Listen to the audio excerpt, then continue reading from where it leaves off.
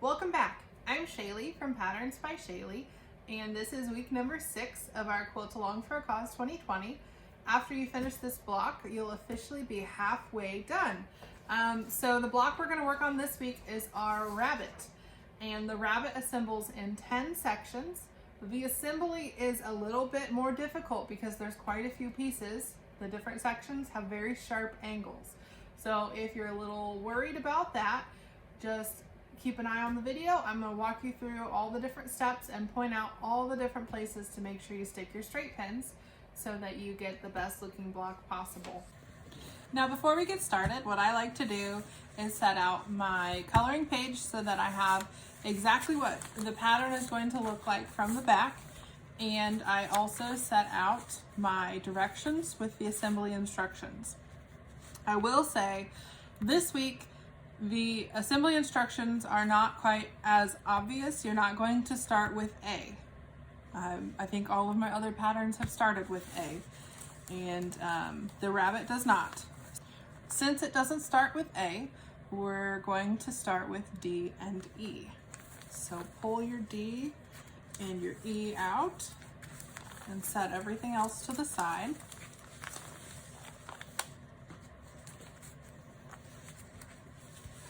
As you can see here, we have our E, and the D section goes on top with D2 facing towards E4. So it'll look like this.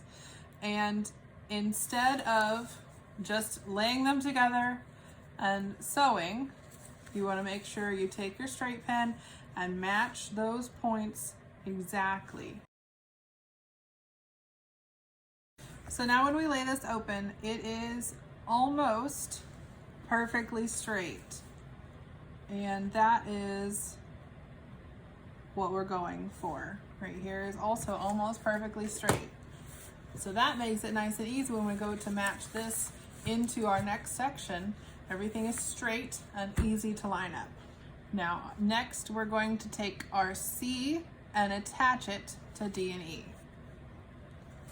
So here's C, and it's going to go on just like this. And you want to make sure that your corner goes directly to these obtuse points.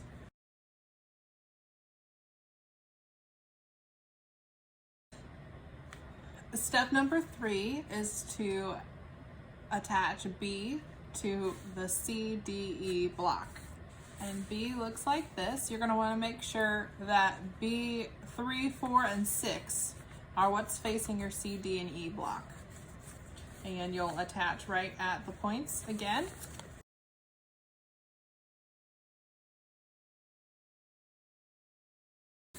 All right, now we take B, C, D, E and attach it to F, which is our nose. And it's going to line up just like this.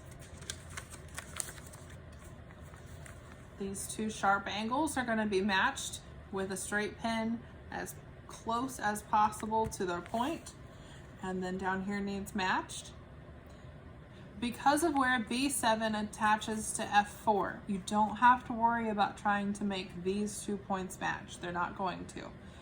So attach here and then even out nice and smooth through the whole thing.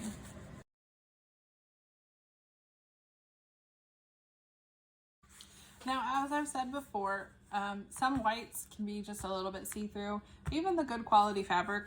And so what I like to do, since I've made the center of his nose white, I have folded this away from his nose. It's still going to show up here, but it's not going to be quite as obvious that the white's a little bit see-through. The next thing we're going to do is we're going to finally add our A. And A is our first ear, and it's going to go right here. Now with the ear, there is one spot that's important to match. It is the edge of C1, C2 right here, and of A3, A8. Now that is the gray to gray, that is the edge of his ear, and I'm going to start there with my straight pins and then go to the corners. And that's the most important part along with the corners on this block. Oh, the other reason to fold your seam away from the F is that you need that point again to attach to your A block. So by folding away from the point that you need, it makes it so much easier to pin.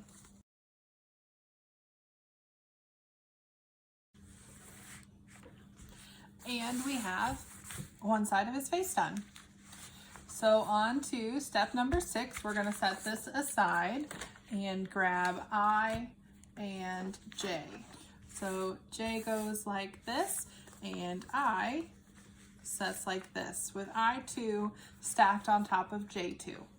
Now it may look like it when I have them set like this, but the edge of J2 and the edge of I2 do not match. So match your corners and then just stick a pin through the middle so that you don't have it wiggle.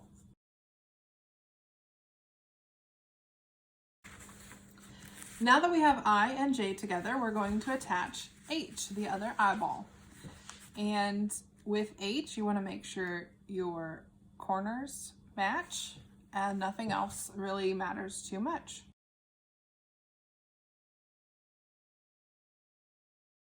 Now that we have I, J, H sewn together, we are going to attach G. And G is going to go just like this. There's one key spot to hit, and that's right in this top corner right here where I and H meet.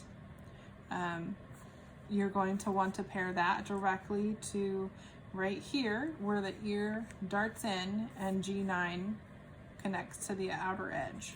So stick a pin from here to here and then through your corners like normal. Oh, before I get very far, I should mention your G pattern is going to look ever so slightly different from mine because the pattern that I printed off and had sewn, I had accidentally cut the page seam directly into this corner. So for the final copy that you guys got, I adjusted that, and so this page pasting line will be on a different spot for your section G.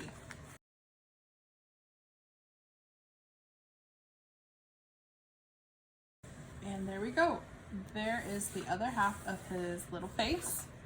And we can sew the final seam. There is really only one spot that's very important when you sew the final seam.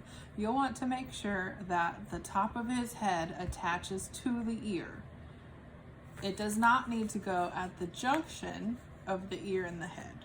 It just needs to attach all the way to the ear. So it will look more like this. Everything else can just attach wherever it is that it falls naturally. I would still pin the corners and that spot, and then pin everything else just so it doesn't wiggle as you try to sew it.